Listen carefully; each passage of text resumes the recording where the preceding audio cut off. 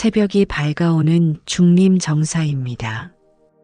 이른 아침 안개가 천천히 걷히며 연꽃잎 위로 이슬이 맺혀 있습니다. 바람이 살며시 불어오자 연꽃잎이 가볍게 흔들립니다.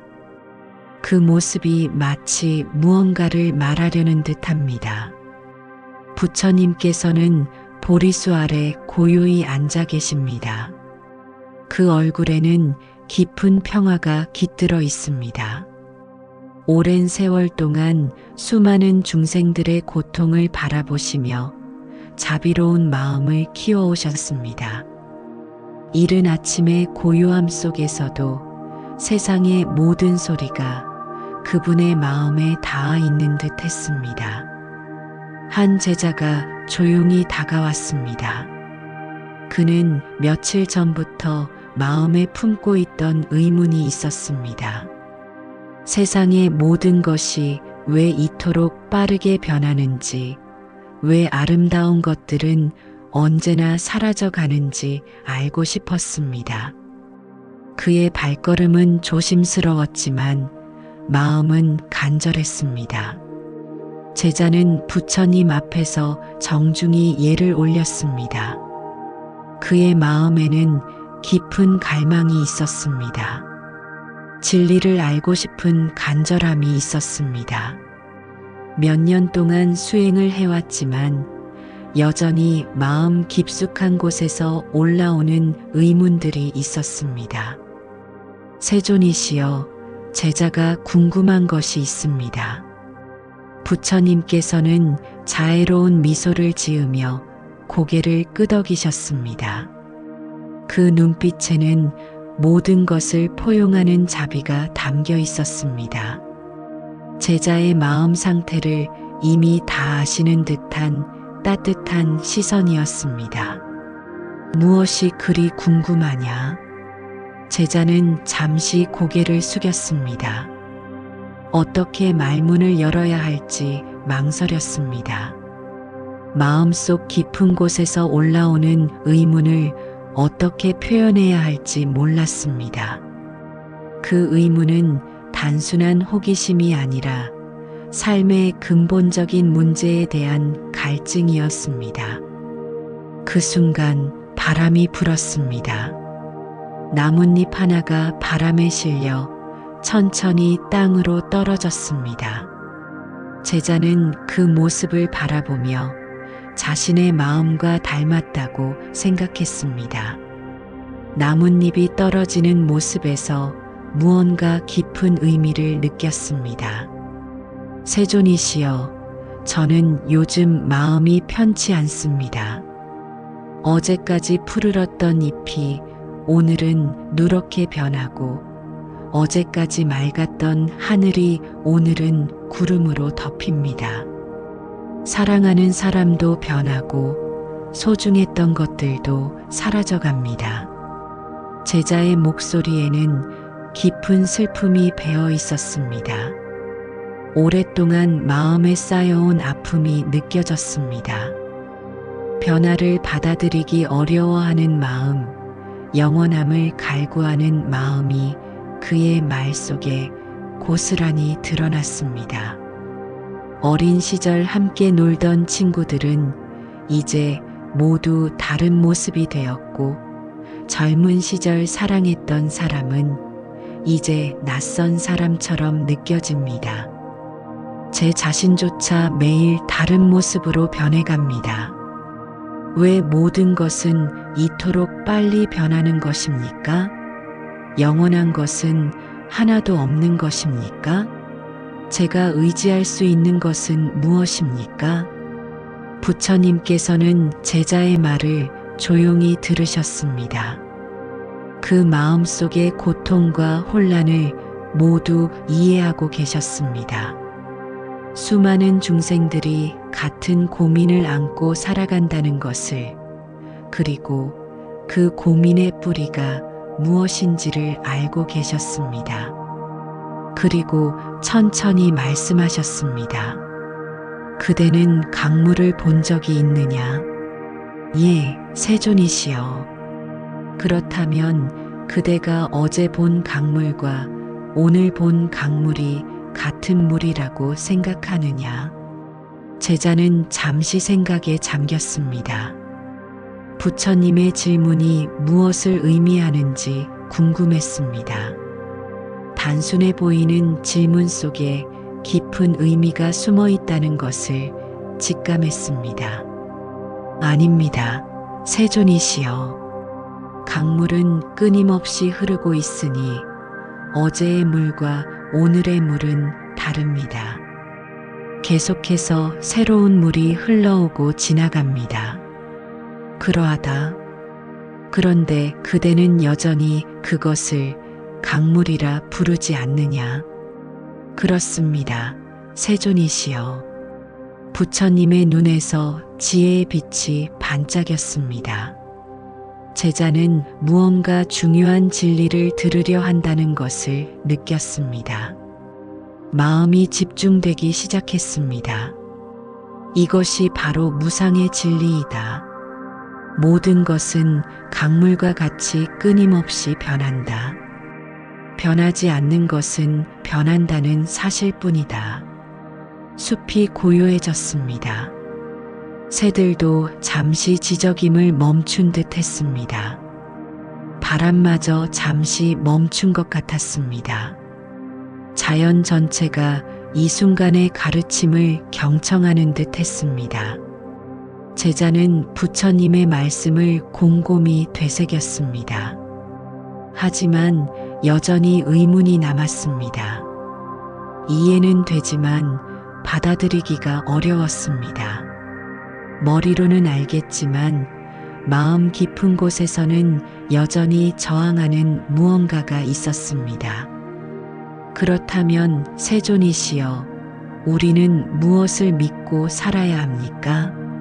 모든 것이 변한다면 무엇에 의지해야 합니까? 사랑하는 사람도 변하고 소중한 것도 변한다면 우리는 어떻게 살아야 합니까?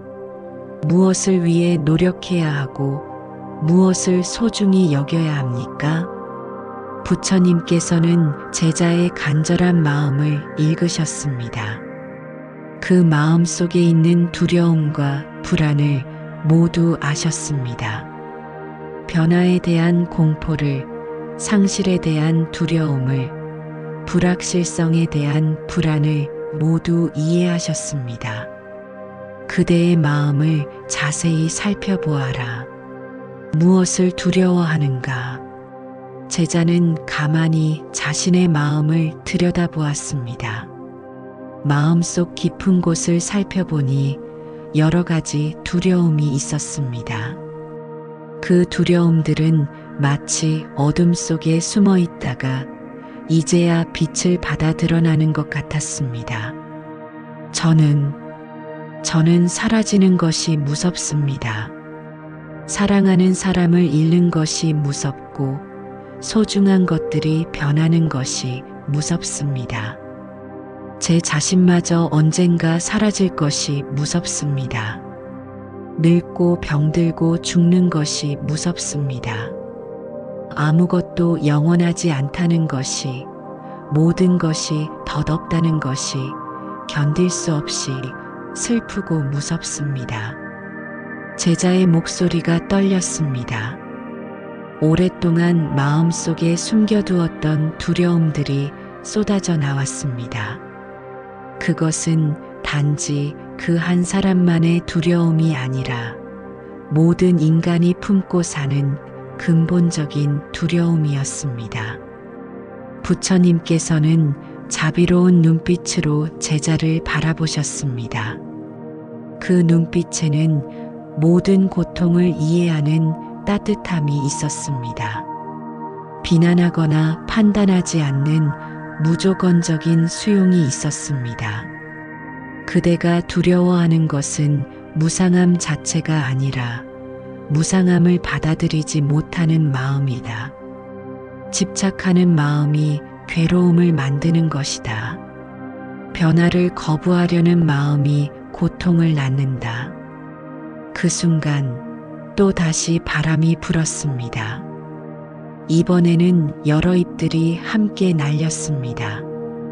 빨간 잎, 노란 잎, 아직 푸른 잎들이 함께 춤을 추듯 날아갔습니다. 각각 다른 색깔이지만 모두 아름다운 조화를 이루고 있었습니다. 부처님께서 계속 말씀하셨습니다. 보아라, 나뭇잎들이 바람에 날려간다. 저 잎들이 괴로워하고 있는가? 아닙니다. 세존이시여. 그들은 자연의 흐름에 순응하고 있다. 떨어질 때가 되었으니 떨어지고 날릴 때가 되었으니 날린다. 거기에는 저항도 집착도 없다. 단지 자연스러운 흐름에 맡길 뿐이다. 그들은 영원히 나무에 매달려 있어야 한다고 생각하지 않는다. 제자의 눈에 깨달음의 빛이 스치기 시작했습니다. 무언가 중요한 것을 깨닫기 시작했습니다.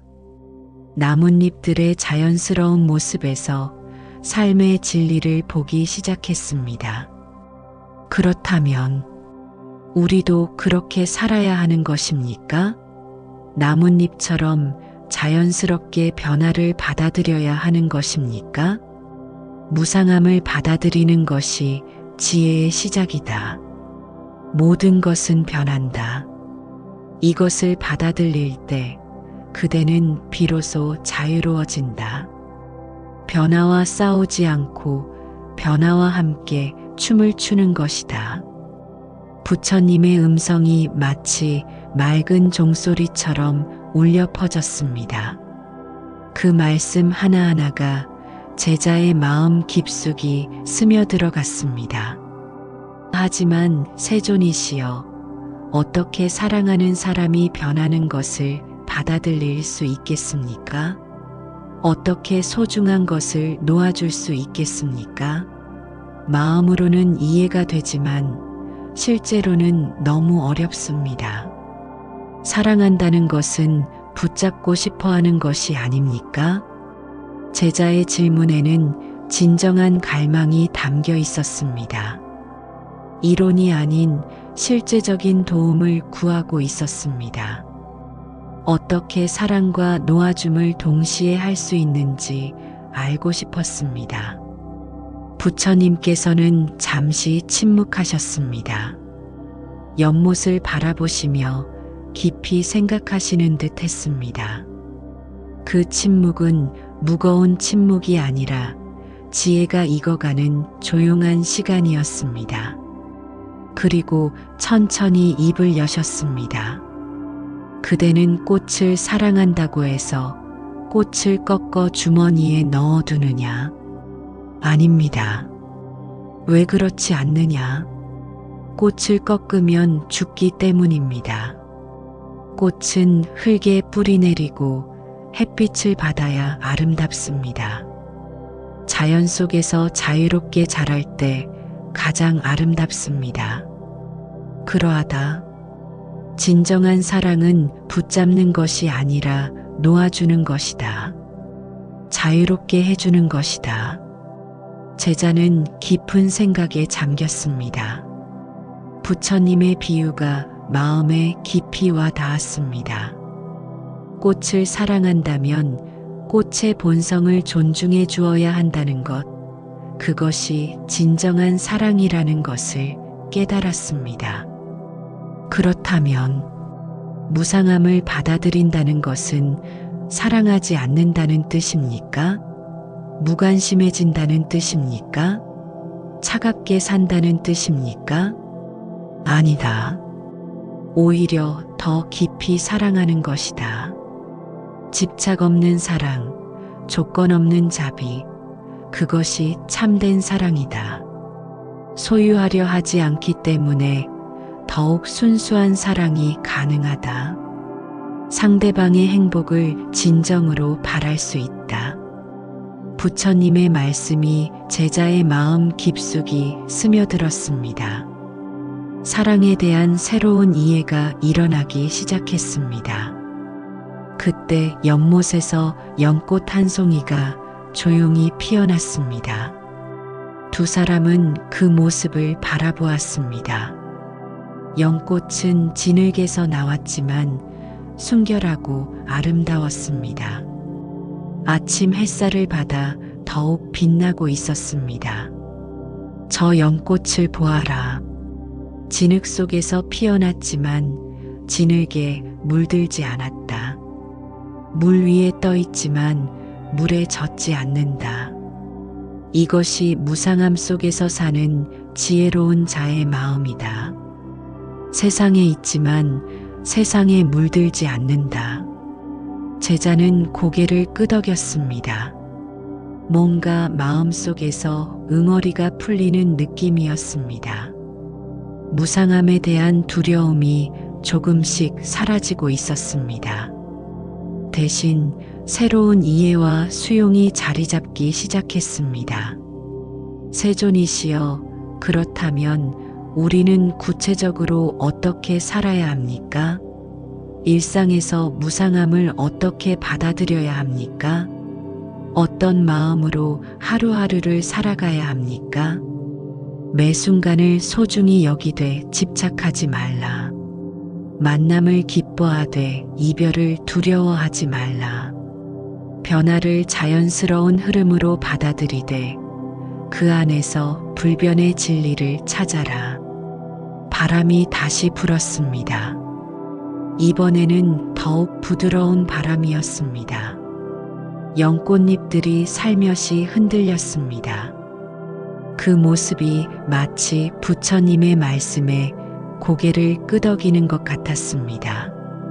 불변의 진리라고 하셨는데 그것은 무엇입니까? 모든 것이 변한다면서 불변의 진리가 있다는 것이 모순 같습니다. 자비와 지혜다. 이 둘은 무상함 속에서도 변하지 않는 진리다. 모든 존재가 행복하기를 바라는 마음, 진리를 깨닫고자 하는 마음, 이것만은 영원하다. 형태는 변해도 본질은 변하지 않는다. 제자의 얼굴에 평화로운 미소가 떠올랐습니다. 마음에 따뜻한 빛이 들어오는 느낌이었습니다. 무상함이 더 이상 무섭고 슬픈 것이 아니라 자연스럽고 아름다운 것으로 느껴지기 시작했습니다. 이제 조금 이해할 것 같습니다. 무상함을 적으로 여기지 않고 친구로 여기는 것, 그것이 지혜인 것 같습니다. 변화를 거부하지 않고 받아들이는 것이 평화의 길인 것 같습니다. 그러하다. 무상함은 괴로움의 원인이 아니라 해탈의 열쇠다. 변화한다는 것은 나쁜 것도 영원하지 않다는 뜻이다. 고통도 지나가고 슬픔도 지나간다. 기쁨도 지나가지만 새로운 기쁨도 온다. 부처님의 말씀에 제자는 깊이 고개를 숙였습니다. 새로운 희망이 마음에 생겨났습니다. 무상함이 절망이 아니라 희망의 근거가 될 수 있다는 것을 깨달았습니다. 그렇다면 세존이시여, 지금 이 순간도 변하고 있는 것입니까? 그렇다. 지금 이 순간도 흘러가고 있다. 하지만 지금 이 순간만은 완전히 우리 것이다. 과거는 이미 갔고 미래는 아직 오지 않았다. 오직 현재만이 진실이다. 현재 이 순간에 깨어있는 것이 가장 중요하다. 연못의 물결이 잔잔히 일었습니다. 햇살이 물결에 반사되어 무수히 많은 빛의 조각들이 춤을 추었습니다. 각각의 빛 조각들은 순간순간 다른 모습을 보여주었지만 그 모든 변화가 아름다웠습니다. 저 빛들을 보아라. 모두 하나의 태양에서 나왔지만 각각 다른 모습으로 춤추고 있다. 우리의 삶도 그와 같다. 하나의 진리에서 나왔지만 각각 다른 모습으로 살아간다. 각자의 무상함이 있고 각자의 아름다움이 있다. 그렇다면 죽음도 무서워하지 않아도 되는 것입니까? 제자의 질문이 조금 더 깊어졌습니다. 인생의 가장 근본적인 두려움에 대해 묻고 있었습니다.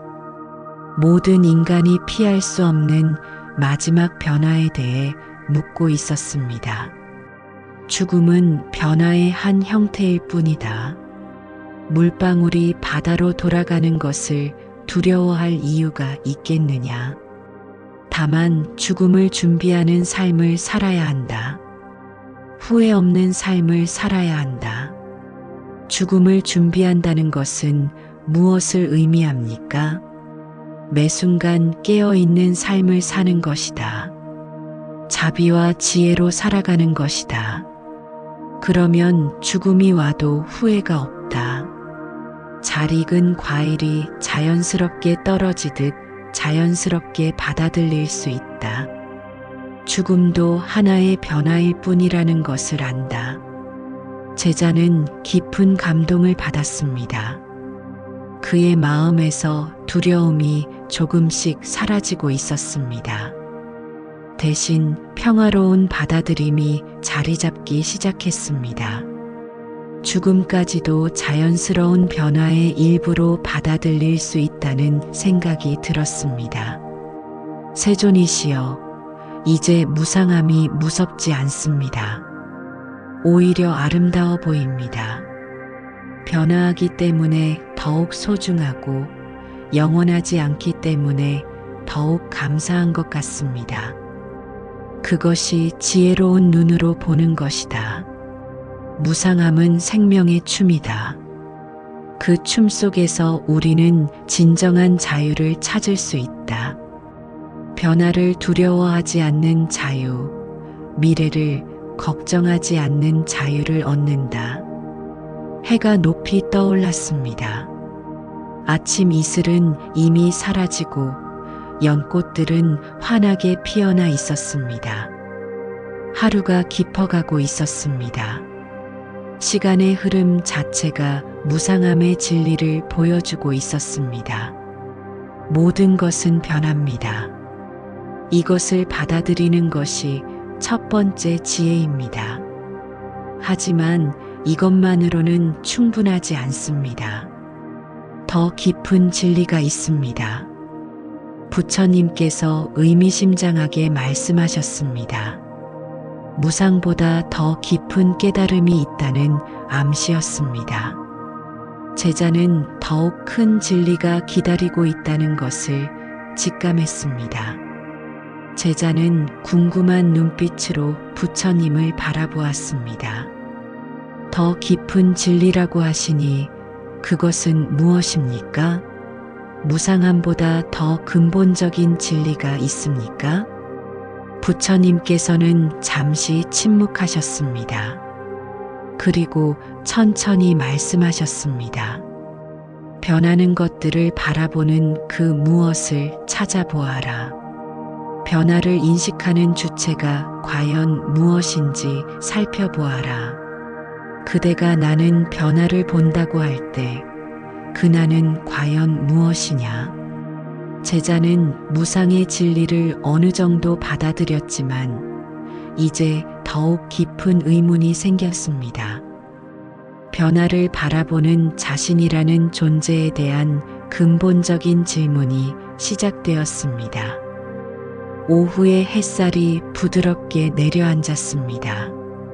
부처님과 제자는 여전히 연못가에 앉아 있었습니다. 오전의 대화가 끝난 후 제자는 깊은 사색에 잠겨 있었습니다. 무상의 진리를 어느 정도 이해했지만 부처님의 마지막 질문이 계속 마음에 머물렀습니다. 바람이 살며시 불어와 물결을 일으켰습니다. 제자는 그 물결을 바라보며 자신의 마음과 닮았다고 생각했습니다.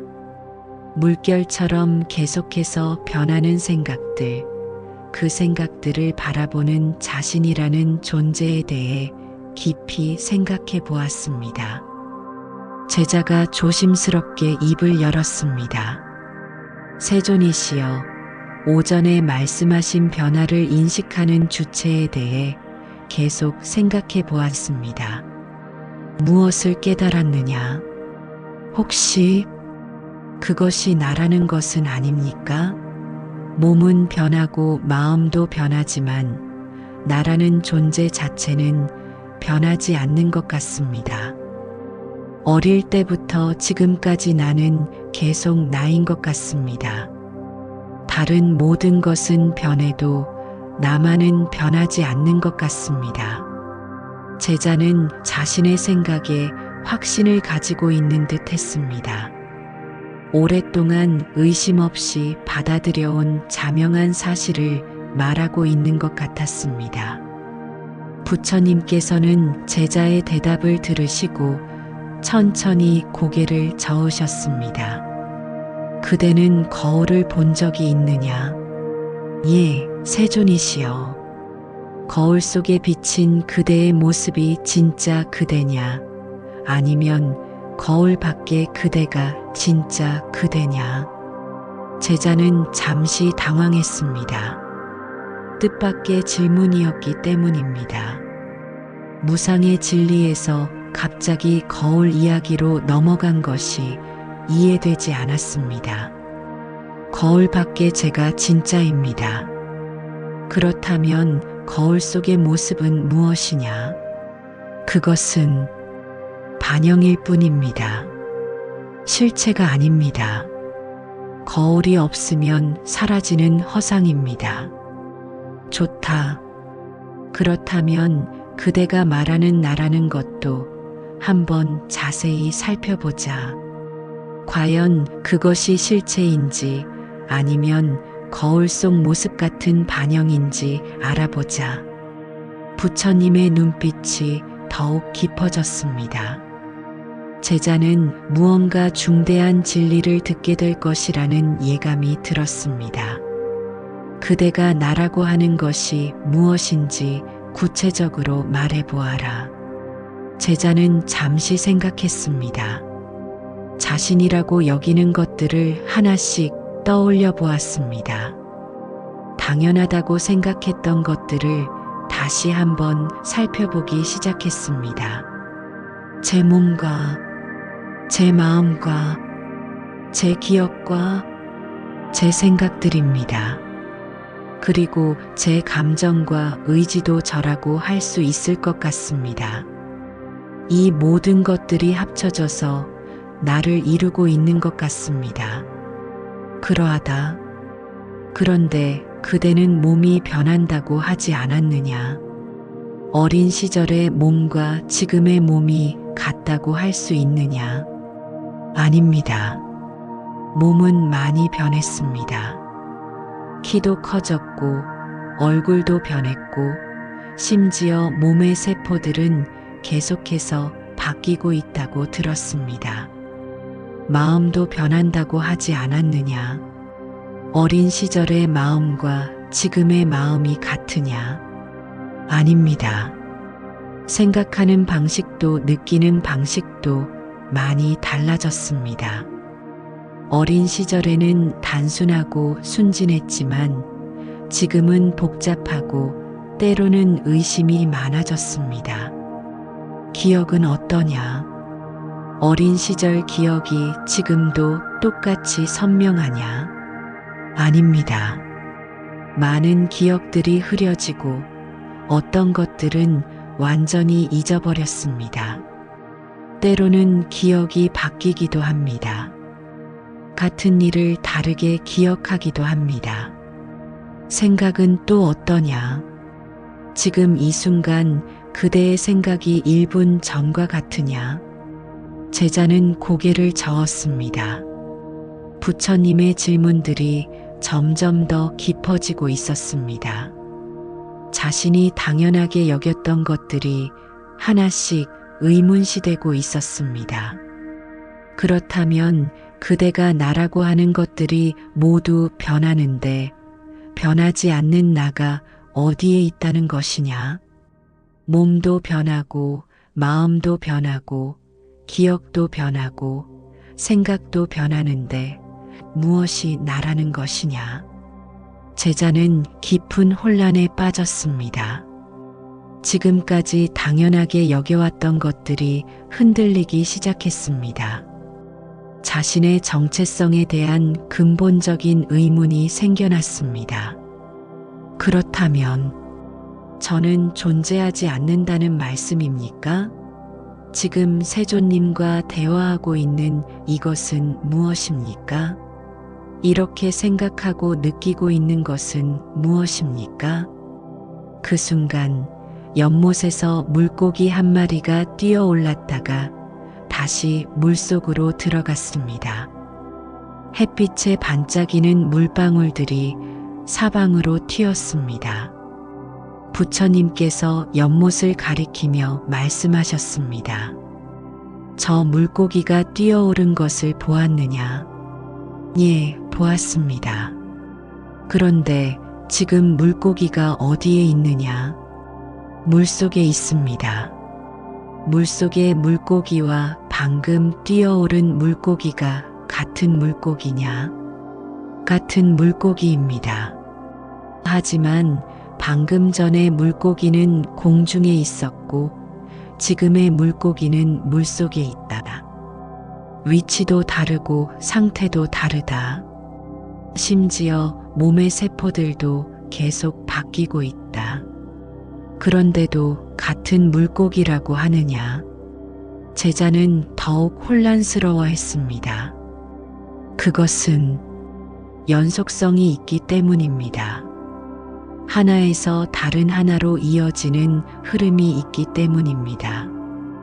단절없이 이어지는 과정이 있기 때문입니다.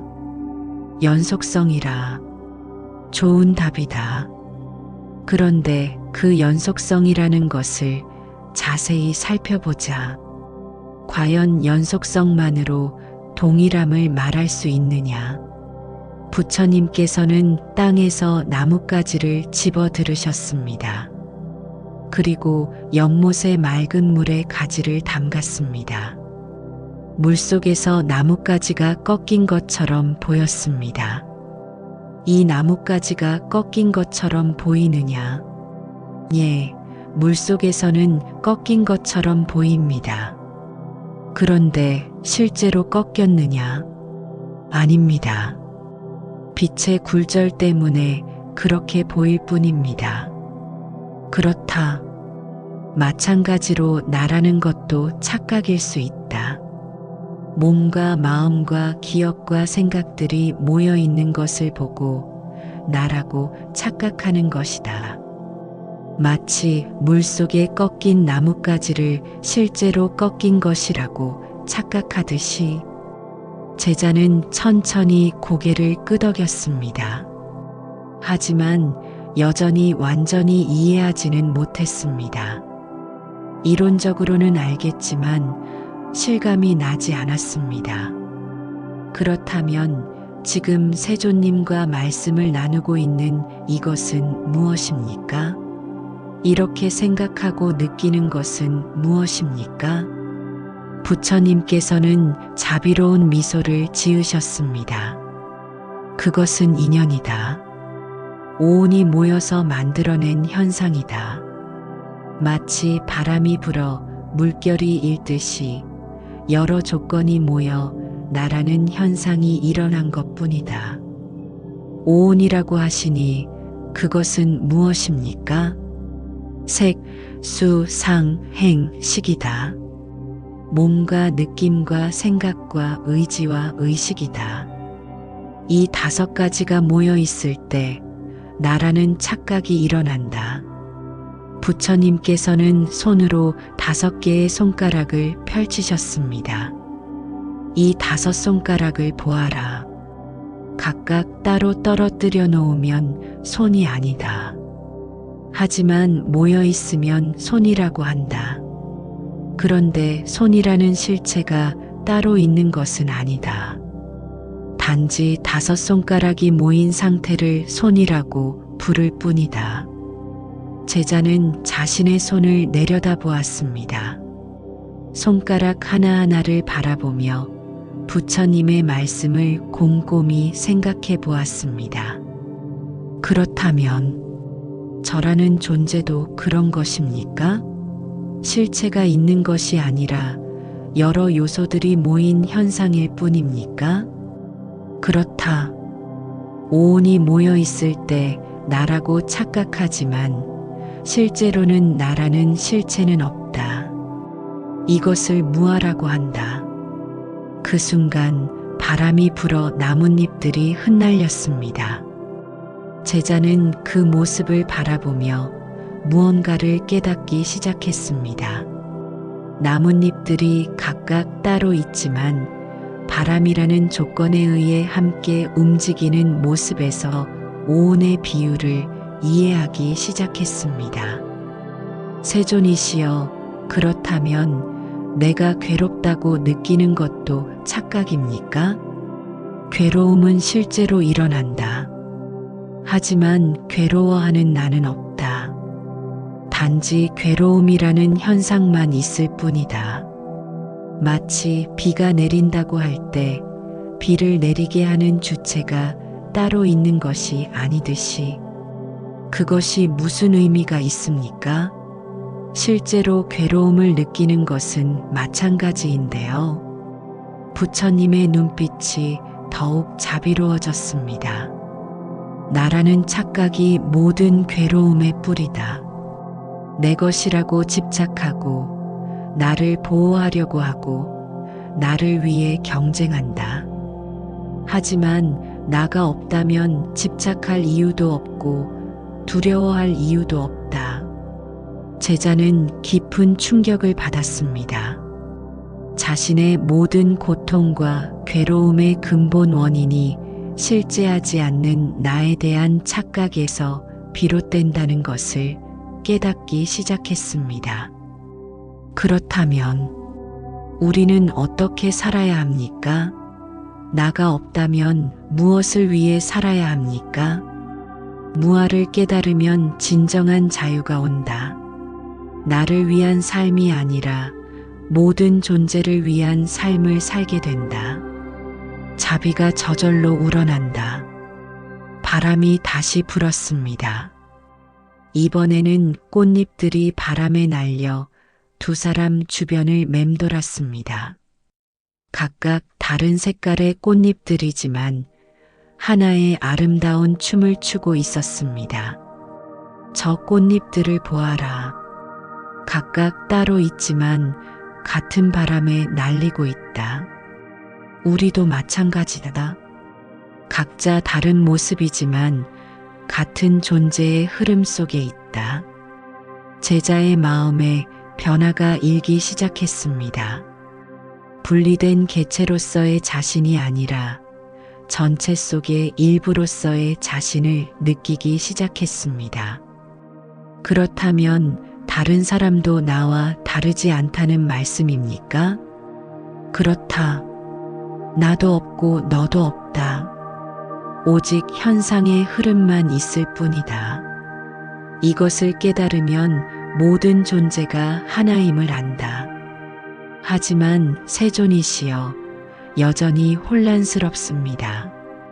나가 없다면 누가 깨달음을 얻는 것입니까? 누가 수행을 하는 것입니까? 부처님께서는 잠시 침묵하셨습니다. 그리고 깊은 목소리로 말씀하셨습니다. 깨달음을 얻는 자도 없고 깨달을 것도 없다. 오직 깨달음만 있을 뿐이다. 마치 구름이 걷히면 원래 있던 하늘이 드러나듯이 제자는 고개를 숙이고 깊이 생각했습니다. 너무나 근본적인 전환이라서 쉽게 받아들여지지 않았습니다. 이해하기 어렵습니다. 머리로는 알겠는데 가슴으로는 받아들여지지 않습니다. 여전히 내가 이해하고 있다는 느낌입니다. 그것이 당연하다. 오랫동안 나라는 착각 속에 살아왔기 때문이다. 하지만 조금씩 깨어가면 된다. 부처님께서는 제자의 어깨를 부드럽게 두드리셨습니다. 급하게 생각하지 말라. 물이 조금씩 스며들듯이 진리도 천천히 스며든다. 어느 날 갑자기 깨달아지는 것이 아니라 서서히 이해가 깊어지는 것이다. 그때 연못에서 연꽃 하나가 완전히 피어났습니다. 그 모습이 너무나 아름다웠습니다. 꽃잎 하나하나가 섬세하고 완벽했지만 동시에 전체로서 하나의 조화를 이루고 있었습니다. 저 연꽃을 보아라. 씨앗일 때의 연꽃과 지금의 연꽃이 같으냐, 다르냐? 같기도 하고 다르기도 합니다. 좋은 답이다. 연속성은 있지만 고정된 실체는 없다. 이것이 무아의 진리다. 제자는 연꽃을 바라보며 조금씩 이해하기 시작했습니다. 고정된 실체로서의 연꽃은 없지만 연속적인 변화의 과정으로서의 연꽃은 있다는 것을 깨달았습니다. 그렇다면 나라는 것은 마치 강물과 같은 것입니까? 흐름은 있지만 고정된 물은 없는? 훌륭하다. 바로 그렇다. 강물이라는 이름은 있지만 영원한 강물은 없다. 나라는 이름은 있지만 영원한 나는 없다. 그렇다면 이 깨달음이 일상에서는 어떤 의미가 있습니까? 부처님께서는 제자의 간절한 질문에 따뜻하게 답하셨습니다. 무아를 깨달으면 진정한 평화가 온다. 나를 지키려는 애쓰임이 사라지고 내 것을 늘리려는 욕심이 줄어든다. 다른 사람과의 경쟁도 의미가 없어진다. 왜냐하면 결국 모든 것이 하나의 흐름이기 때문입니다. 그렇다. 파도가 바다와 다르지 않듯이 우리도 존재의 바다와 다르지 않다. 이것을 깨달으면 모든 존재에 대한 자비가 자연스럽게 일어난다. 제자는 깊은 감동을 받았습니다. 분리감이 사라지고 연결감이 생겨나기 시작했습니다. 세존이시여, 무상과 무아, 이 두 가지 진리가 하나로 연결되는 것 같습니다. 그렇다. 무상하기 때문에 무아이고 무아이기 때문에 무상하다. 이 둘은 하나의 진리의 두 얼굴이다. 변화하기 때문에 고정된 자아가 있을 수 없고 고정된 자아가 없기 때문에 자유롭게 변화할 수 있다. 해가 서쪽으로 기울기 시작했습니다. 연못 위로 노을이 비치고 있었습니다. 황금빛으로 물든 연못이 한없이 아름다웠습니다. 이제 그대는 어떻게 살겠느냐? 제자는 잠시 생각한 후 대답했습니다. 매 순간을 소중히 여기되 집착하지 않겠습니다. 나라는 착각에서 벗어나 모든 존재와 하나됨을 느끼며 살겠습니다. 더 이상 나를 위해서만 살지 않겠습니다. 좋다. 그것이 지혜로운 삶이다. 하지만 세존이시여, 이런 깨달음을 혼자서만 간직하는 것이 아쉽습니다. 다른 사람들과도 나누고 싶습니다. 부처님께서는 환하게 미소 지으셨습니다. 그것이 보살의 마음이다. 깨달음은 나누면 나눌수록 더욱 깊어진다. 많은 사람들이 이 진리를 알게 되기를 바란다. 노을이 더욱 붉게 물들었습니다. 하루가 저물어가고 있었습니다. 시간의 흐름 속에서도 영원히 변하지 않을 것 같은 평화로운 순간이었습니다. 무상과 무아, 이 진리 속에서 우리는 진정한 자유와 평화를 찾을 수 있습니다. 더 이상 허상을 붙잡으려 하지 않을 때 진실한 행복이 옵니다. 제자는 깊은 감사의 마음으로 부처님께 절을 올렸습니다. 무아의 진리가 마음 깊이 스며들기 시작했습니다. 저녁 무렵 중림정사에는 고요함이 깊어졌습니다. 석양이 연못을 황금빛으로 물들이고 연꽃들도 하루의 마지막 아름다움을 뽐내고 있었습니다. 부처님과 제자는 여전히 보리수 아래에서 대화를 나누고 있었습니다. 제자의 마음에는 무상과 무아의 진리가 깊이 스며들었지만 여전히 실천에 대한 갈증이 있었습니다. 진리를 아는 것과 그것을 삶 속에서 구현하는 것 사이의 간격을 느꼈습니다. 세존이시여, 오늘 하루 동안 큰 가르침을 받았습니다. 하지만 이 진리를 일상에서 어떻게 실천해야 할지 막막합니다. 이론적으로는 이해했지만 실제 삶에서는 어떻게 적용해야 할지 모르겠습니다. 부처님께서는 제자의 솔직한 마음을 이해하셨습니다. 깨달음과 실천 사이의 간극을 메우는 것이 얼마나 중요한지 알고 계셨습니다. 진리를 아는 것과 실천하는 것은 다르다. 마치 길을 아는 것과 그 길을 걷는 것이 다르듯이 지도만 바라보고 있어서는 목적지에 도달할 수 없다. 그렇다면 어떻게 시작해야 합니까? 어디서부터 실천을 시작해야 합니까? 우선 호흡을 관찰하는 것부터 시작해 보아라. 들숨과 날숨을 지켜보면서 무상함을 직접 체험하라. 제자는 고개를 끄덕이며 깊이 숨을 들이마셨습니다. 처음에는 단순히 숨을 쉬는 것에 불과했지만 조금 더 주의 깊게 관찰해 보니 다른 것이 보이기 시작했습니다. 호흡도 계속 변하고 있습니다. 들숨도 매번 다르고 날숨도 매번 다릅니다. 깊기도 다르고 길이도 다릅니다. 그렇다. 그리고 호흡을 관찰하는 나라는 것도 자세히 살펴보아라. 제자는 가만히 자신의 호흡을 관찰했습니다. 처음에는 내가 호흡을 관찰한다고 생각했지만 깊이 들여다보니 그저 관찰이라는 현상만 일어나고 있었습니다.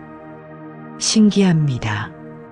관찰자와 관찰되는 것이 하나인 것 같습니다. 둘로 나뉘어 있지 않은 것 같습니다. 그것이 바른 관찰이다.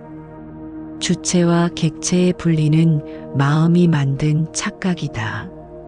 바람이 살며시 불어와 두 사람의 옷자락을 흔들었습니다. 그 바람 속에서도 무상과 무아의 진리를 느낄 수 있었습니다. 일상에서는 어떻게 이 진리를 기억할 수 있겠습니까? 바쁜 생활 속에서도 이 깨달음을 잃지 않을 방법이 있습니까? 매 순간 마음 챙김을 하라. 걸을 때는 걷는 것을 알고, 먹을 때는 먹는 것을 알고, 말할 때는 말하는 것을 알아라. 그리고 그 모든 것이 무상하고 무아임을 기억하라.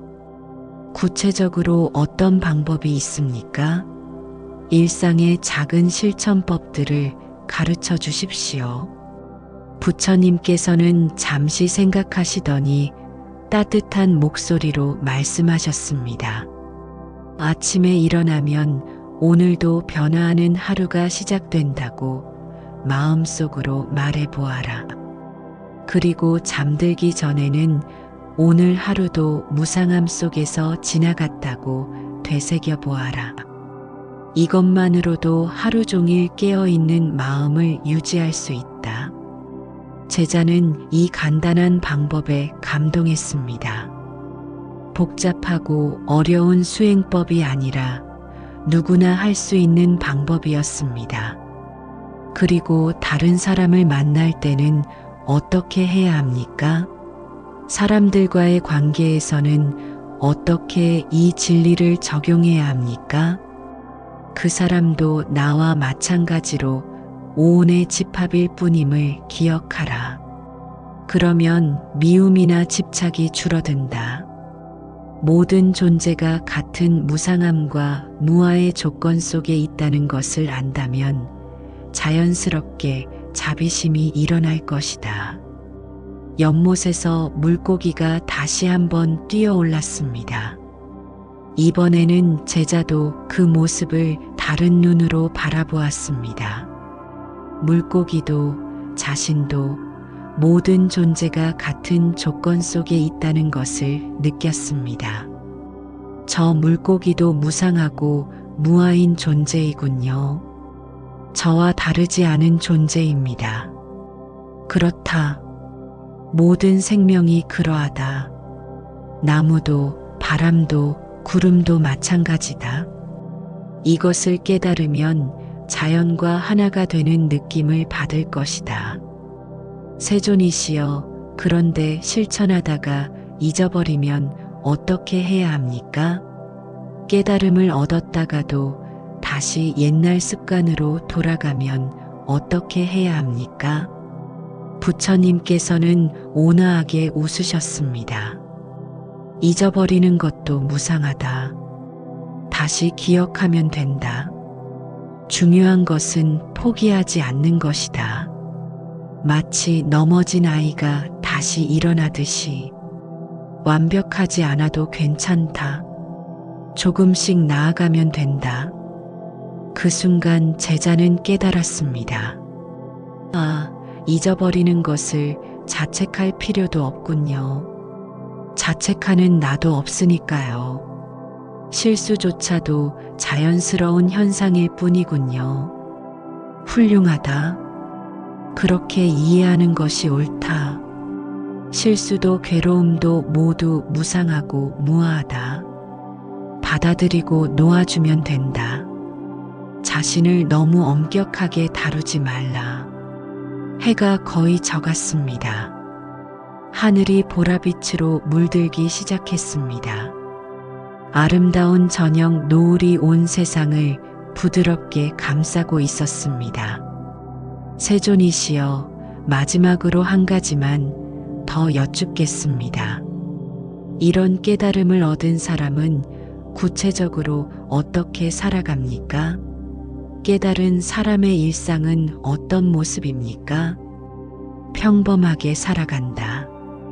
하지만 마음은 자유롭다. 집착 없이 사랑하고 기대 없이 베풀고 두려움 없이 받아들인다.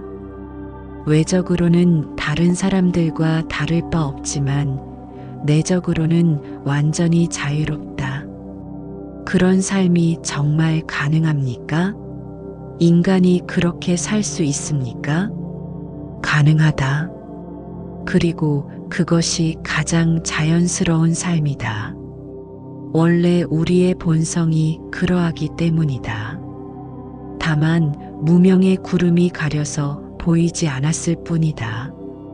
제자는 깊은 감사의 마음이 우러났습니다. 하루 종일의 가르침이 마음속에 깊이 새겨지고 있었습니다. 세존이시여, 오늘의 가르침을 평생 잊지 않겠습니다. 잊어도 좋다. 진리는 기억하는 것이 아니라 사는 것이다. 그대가 자비롭게 살아간다면 그것이 곧 진리를 기억하는 것이다. 별들이 하나둘씩 밤하늘에 나타나기 시작했습니다. 고요한 밤이 다가오고 있었습니다. 이제 돌아가서 조용히 앉아 명상해 보아라. 오늘 배운 것들을 마음속 깊이 새기되 새기려는 마음조차 놓아버려라. 제자는 깊이 절을 올렸습니다. 세존이시여 감사합니다. 새로운 삶이 시작되는 느낌입니다. 고맙다는 마음도 무상하고 무아하다. 하지만 그 마음이 일어나는 것 자체가 아름답다. 제자가 일어나 떠나려고 할 때 부처님께서 마지막으로 말씀하셨습니다. 무상과 무아, 이 두 진리는 처음에는 두렵게 느껴질 수 있다. 하지만 깊이 받아들이면 가장 큰 안식이 된다. 변하는 것에 기대지 않아도 되고, 나를 지키느라 애쓰지 않아도 된다. 예, 세존이시여. 그리고 이 진리를 혼자만 간직하지 말라. 다른 이들에게도 나누어라. 하지만 강요하지는 말라. 준비된 사람에게만 씨앗이 싹튼다. 때가 되면 자연스럽게 전해질 것이다. 제자는 고개를 끄덕였습니다. 많은 사람들이 이 평화로운 진리를 알게 되기를 바랍니다. 밤이 완전히 내려앉았습니다. 연못에는 달빛이 비치고 있었습니다. 달빛에 비친 연꽃들이 신비로운 아름다움을 뽐내고 있었습니다. 부처님께서는 달을 바라보며 말씀하셨습니다. 저 달을 보아라. 물에 비친 달과 하늘의 달, 어느 것이 진짜냐? 하늘의 달입니다. 그렇다. 하지만 물에 비친 달도 아름답지 않으냐? 그렇습니다. 우리의 삶도 그와 같다. 무상하고 무아하지만 그 자체로 아름답다. 진실을 아는 것이 삶의 아름다움을 빼앗지는 않는다. 오히려 더욱 소중하게 만든다. 제자는 달빛 아래서 깊은 평화를 느꼈습니다. 이제 정말 돌아가겠습니다. 오늘의 가르침으로 남은 생을 살아가겠습니다. 가거라. 그리고 기억하라. 무상과 무아의 진리 안에서 진정한 자유와 평화를 찾을 수 있다는 것을, 모든 존재가 이 진리로 괴로움에서 벗어나기를 바란다. 제자가 사라진 후 부처님께서는 혼자 달빛 아래 앉아 계셨습니다. 고요한 밤 공기 속에서 그분의 자비로운 마음이 온 세상으로 퍼져나갔습니다. 모든 것은 변합니다. 모든 것에는 고정된 나가 없습니다. 이 두 진리를 깨달을 때 우리는 진정한 평화를 찾을 수 있습니다. 오늘 밤 당신도 고요히 앉아 자신의 호흡을 관찰해 보십시오. 들숨과 날숨이 계속 변하고 있음을, 그리고 그것을 관찰하는 나라는 것도 고정된 실체가 아님을 느껴보십시오. 아침에 눈을 뜨면 오늘도 변화하는 하루가 시작된다고 마음속으로 말해 보십시오. 하루 종일 이 진리를 기억하며 살아보십시오. 다른 사람을 만날 때는 그들도 나와 같은 무상함과 무아의 조건 속에 있다는 것을 기억하십시오. 그러면 자연스럽게 자비심이 일어날 것입니다. 실수를 하거나 깨달음을 잊더라도 자책하지 마십시오. 그것조차 무상하고 무아한 현상일 뿐입니다. 다시 기억하고 다시 시작하면 됩니다. 무상과 무아의 진리는 우리를 자유롭게 합니다. 집착에서 자유롭게 하고, 두려움에서 자유롭게 하며, 경쟁과 비교에서 자유롭게 합니다.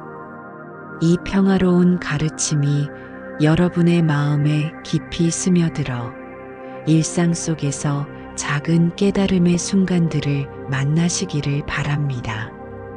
만약 오늘의 이야기가 여러분의 마음에 평안을 가져다 주었다면 좋아요 버튼을 눌러 이 소중한 가르침을 더 많은 분들과 나누어 주세요. 그리고 구독 버튼을 눌러주시면 앞으로도 부처님의 지혜로운 말씀들을 지속적으로 들으실 수 있습니다. 댓글로 여러분만의 무상과 무아에 대한 경험이나 느낌을 나누어 주세요. 서로의 깨달음을 공유하는 것 자체가 수행이 됩니다. 여러분의 이야기를 통해 다른 분들도 큰 도움을 받을 수 있을 것입니다. 벨 알림을 설정해 두시면 새로운 법문을 놓치지 않으실 수 있습니다. 무상과 무아의 진리를 실천하며 사는 것이 쉽지 않을 때도 있을 것입니다. 하지만 포기하지 마십시오. 조금씩 천천히 나아가면 됩니다. 완벽하지 않아도 괜찮습니다. 모든 존재가 괴로움에서 벗어나 진정한 평화를 얻기를 서원합니다. 무상과 무아의 진리와 함께 평안한 밤 되십시오. 사르바 망갈람 모든 것이 길상하기를.